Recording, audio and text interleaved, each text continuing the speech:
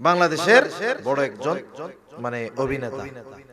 একটা জিনিস কথায় কথায় বলি, এক একজন চলচ্চিত্র অভিনেতা এ জাতির জন্য কত ক্ষতিকর। আমাদের আফসোস, আমরা তো সেই চলচ্চিত্রের অভিনেতাদেরকে আমাদের অভিভাবক বানায় ফেলছি। এটা আমাদের জন্য দুর্ভাগ্য। মনে কিছু কইরেন না, কথাটা বোঝানোর জন্য বলি, একটু চিন্তা কইরেন। আমাদের দেশ সহ গোটা দুনিয়ায় একটা অপরাধ আছে, জেনার একটা অপরাধ চলে। পতিতা আছে, পতিতা, পতিতালয়ে গিয়ে কিছু খারাপ মানুষ জেনায় লিপ্ত হয়। একজন পতিতার দ্বারা একজন পুরুষ গুনায় লিপ্ত হতে পারে, কিন্তু একজন চলচ্চিত্র অভিনেত্রী আর অভিনেতার মাধ্যমে কোটি কোটি যুবক যুবতী জেনার দিকে ধাবিত হতে পারে। এজন্য স্বাভাবিক দৃষ্টিকোণ থেকে একজন পতিতার চাইতে একজন নায়িকা লক্ষ কোটি গুণ বেশি ঘৃণিত, একজন নায়ক লক্ষ কোটি গুণ বেশি ঘৃণিত। কারণ পতিতা যেই কাজটা করে সেটা লোকচক্ষুর অন্তরালে করে, আর ওরা যেটা করে মানুষকে দেখানোর জন্য। ঠিক কিনা বলেন? হাজারো যুবকের চরিত্র নষ্ট হয়। এই মানুষগুলোই এখন আমাদের অভিভাবক। সেজন্য মনে হয় কিয়ামত আর বেশি দূরে দূরে নাই। ওই শাকিব খান তখন উনারে কেউ দেশের চিনে না, উনি নতুন নতুন ঢুকছে। তা কিছু সিনেমা টিনেমা করছে, কিন্তু অনেক প্রসিদ্ধ হইতে পারে না। উনি গেছে হজে, আর উনি যেই হজে যেই কাফেলায় গেছে সেই কাফেলার নেতৃত্বে ছিল আমাদের একজন ওস্তাদ। অনেকে বলছে যে হুজুর এই যে কিন্তু এই লোকটা সিনেমা টিনেমা করেন, নায়ক, হজে আসছে। তা হুজুরের মুখ থেকেই শোনা বর্ণনা। হুজুর বলতেছে যে আমাদের কাফেলায় মানুষ তো মক্কা মদিনায় গেলে আল্লাহ নিচে দেখছি কতজন মনে হয় মক্কা মদিনায় পিকনিক করতে গেছে, কত ঘোরা মজা খাওন দাওন, হোটেলে শুয়ে থাকবে, এসির মধ্যে এই করে, আর কিছু কাম কাজ নেই।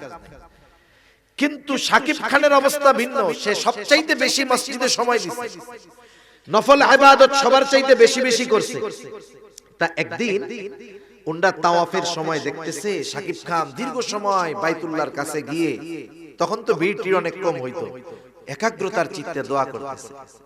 তা হুজুর মনে মনে চিন্তা করছে এই লোক মনে হয় খালেস তওবা করছে, এইবার গিয়ে মনে হয় আর এই গুনার কাজটা করবে না।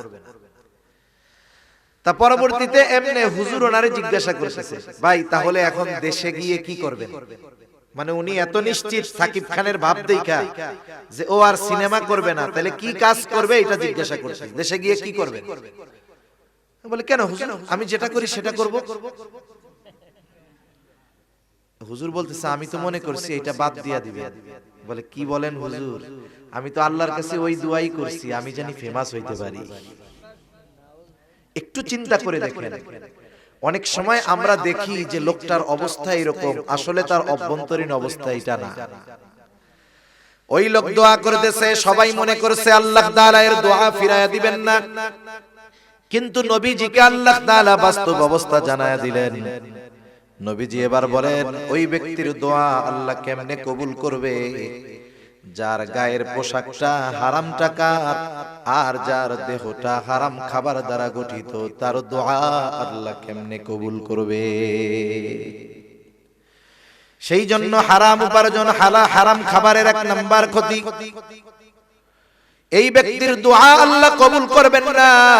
সে যেখানেই গিয়ে দোয়া করুক না কেন, তার দোয়া কবুল হবে না। দুই নাম্বার, ওই যেই ব্যক্তি হারাম উপার্জন করে আর হারাম খায়, উপার্জনও হারাম, কর্ম হারাম, খাবারও হারাম, অথবা এই তিনটার একটা হারাম। মনে রাখতে হবে, কর্মটাও যদি হারাম হয় সবগুলোই হারাম হয়ে যাবে।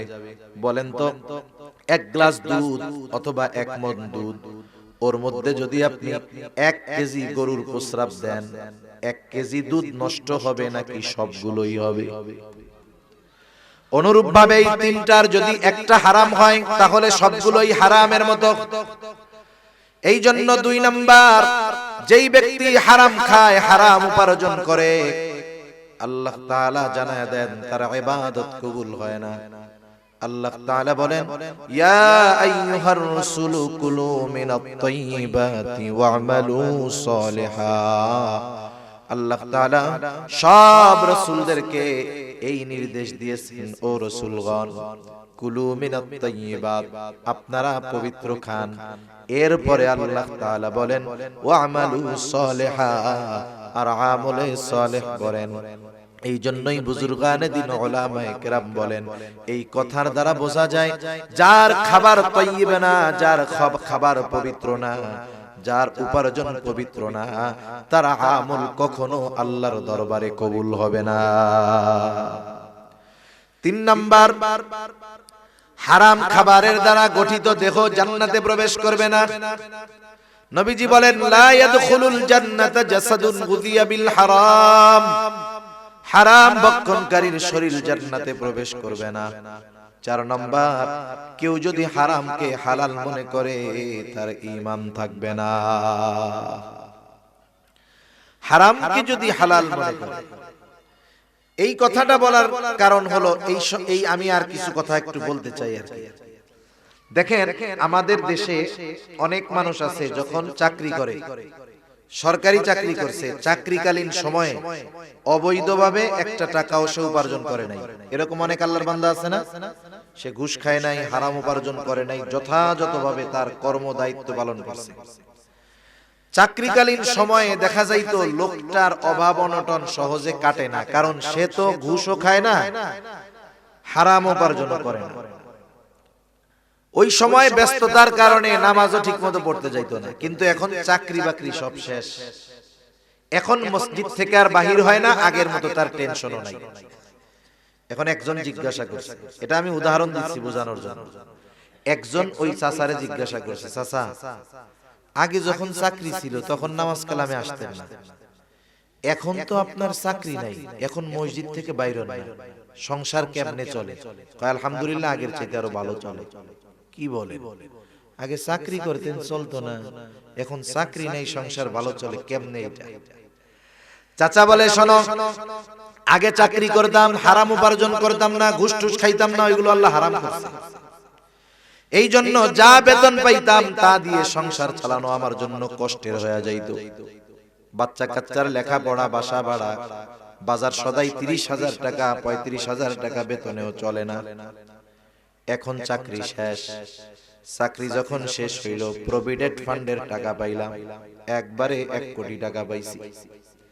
1 কোটি টাকা সুন্দর মতো সিলেট দিয়া সোনালী ব্যাংকে ফিক্সড ডিপোজিট করছি। মাসে মাসে এখন 1 লাখ পাই। আগে চাকরি কইরা পাইতাম মাসে 30,000, এখন মাসে মাসে পাই 1 লাখ। আলহামদুলিল্লাহ, খুব ভালো চলতেছে। ও আমার ভাইরা বলেন তো, ওই 1 কোটি টাকা ব্যাংকে ফিক্সড ডিপোজিট কইরা রাইখা মাসে মাসে যেই 1 লাখ টাকা উনি পায়, ওই টাকা হালাল নাকি হারাম? খাইতেছে সুদের টাকা, আবার কয় আলহামদুলিল্লাহ। যদি বুঝা শুনা কইয়া থাকে, ঈমান আছে না গেছে? গেছে। সুদ হলো এমন এক পাপ, এমন এক গুনাহ, কিছু কিছু হারাম আছে, কিছু কিছু সময় হালাল হয়, কিছু কিছু হারাম আছে, কিছু কিছু সময় জায়েজ হয়। এখন কইতে পারেন হুজুর হালাল আবার হারাম আবার হালাল হয় কেমনে? আমি আসলে চিন্তা করেছিলাম সূরা বাকারার ওই বিষয়টা দিয়ে তাফসীর করব, কিন্তু আলোচনা চলে গেছে আরেক দিকে। কিছু কিছু হারাম হালাল হয় হুজুর কেমনে হয়? মনে করেন এক লোকের 2টা মেয়ে। কয়টা মেয়ে? একজন বিবাহ করেছে বড় মেয়ের। বলেন তো, ওই বড় মেয়ে তার বিবাহ বন্ধনে থাকা অবস্থায় তার শ্বশুরের ছোট মাইয়া তার জন্য হালাল নাকি হারাম? বিয়ে করতে পারবে? একসাথে 2 সহোদর বোনকে বিবাহ করা যায়? যায় না। কিন্তু আফসোস, আমাদের সমাজে কিছু কালচার এমন ভাবে ইসলাম বিদ্বেষীরা প্রচার করতেছে যেগুলো খুব খারাপ। বিবাহ সংক্রান্ত বিষয় আসলে বললাম, একজন নাকি 7টা বিয়ে করেছে, 7 বউ নিয়ে ঘরে আছে। এটা নিয়ে কি ব্যাপক প্রচার প্রসার, অথচ একসাথে 4 জন স্ত্রীর অধিক রাখা ইসলাম হারাম করেছে। বিবাহ 100টা করতে পারে, কিন্তু একসাথে থাকবে কয়টা সর্বোচ্চ? সে নাকি 7 জনকে নিয়ে ঘর করতেছে, সবগুলোর সাথে জেনা হইতেছে। না, ওই 4টার পরে যেই কয়টা হইছে এগুলোর সাথে জেনা হইতেছে, কারণ এই বিবাহ সিদ্ধ হয় না। আবার বাংলাদেশে দেখলাম কয়েকদিন আগে মুসলমান ঘরের সন্তান, আসলে দ্বীনের ব্যাপারে মানুষ কত অজ্ঞ, 3 ভাই মিলে একটা মহিলাকে বিবাহ করছে। এই কালচার ভারতের এক উপজাতিদের মধ্যে আছে। জিজ্ঞাসা করতেছে বাংলাদেশের সাংবাদিক, এই কাম করছেন কেন? সে কয় ভাই বড় ধন, রক্তের বাঁধন, যদিও পৃথক হয় নারীর কারণ। এই চিন্তা কইরা আমরা 3 ভাই মিলে একজনকে বিয়ে করছি। নাউজুবিল্লাহ বলে। এগুলোকে একেবারে প্রকাশ্যে গভর্নমেন্টের সাথে আলোচনা করে এগুলোরে প্রকাশ্যে ফাঁসি দিয়ে দেওয়ার দরকার। ইসলাম যদি থাকতো সবগুলোকে জিনার অপরাধে পাথর নিক্ষেপ করে হত্যা করা হতো। সমাজটাকে নষ্ট করে ফেলতেছে এই বেয়াদব। তাহলে একসাথে সহোদর বোনকে স্ত্রী হিসাবে রাখা যাবে না। বড় বোন যখন বিবাহ বন্ধনে আবদ্ধ, ছোট বোনকে বিবাহ করা কি বলেন না হারাম। এখন বড় বোন মারা গেছে, ছোট জনকে বিবাহ করা হালাল ছিল, হারাম একটা কারণে এটা আবার কি হয়ে গেছে, হালাল হয়ে গেছে। আবার হারাম কিছু কিছু সময় জায়েজ হয়। মনে রাখবেন, জায়েজ এক জিনিস, হালাল আর এক জিনিস। জায়েজ জিনিস কারণে হারাম হইতে পারে। এখন একজন এমন এক জায়গায় গেছে যেখানে হারাম খাবার ছাড়া কিছুই নাই, এতটা ক্ষুধা, এতটা পিপাসা যে মরার মতো অবস্থা, আছে শুকরের গোশত আর মদ।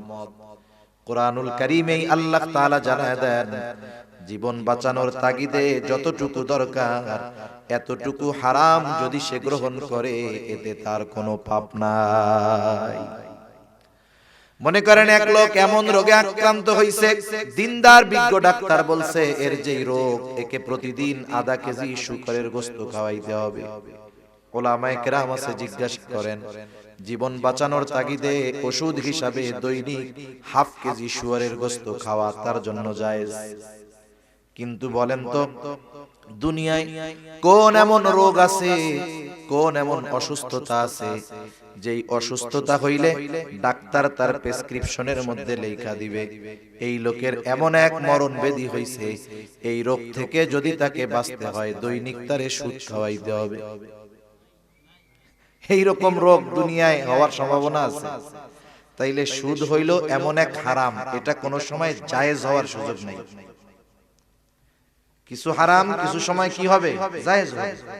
আবার এই যে কিছু হারাম হালালও হইতে পারে, কিন্তু সুদ এমন এক হারাম, এটা কোনো সময় জায়েজ হওয়ার সুযোগ আছে। মনে করেন কেউ হারাম খাইছে, পায়খানা খাইছে, হারাম কাজ না?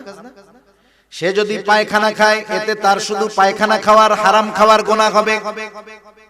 কিন্তু কেউ যদি 1 দিরহাম পরিমাণ সুদ খায়, নবীজি বলেন সে তার মায়ের সাথে জিনা করার মতো গুনাহ হবে। আপনাদের এলাকায় যদি কোনো সুদখোর থাকে, ওরে যদি আপনি গিয়া বলেন তুই তো সুদ খাস, এটা তো মায়ের সাথে জিনা করার মতো, তুই করবি নাকি? জীবনেও সে করবে না। আপনি যদি বলেন আপনার উপরে আরো অ্যাকশন নেবে, কিন্তু চিন্তা কইরা দেখেন যেই গুনাহ করলে মায়ের সাথে জিনা করার মতো অন্যায় হয়, একজন মানুষ যদি সুস্থ মস্তিষ্ক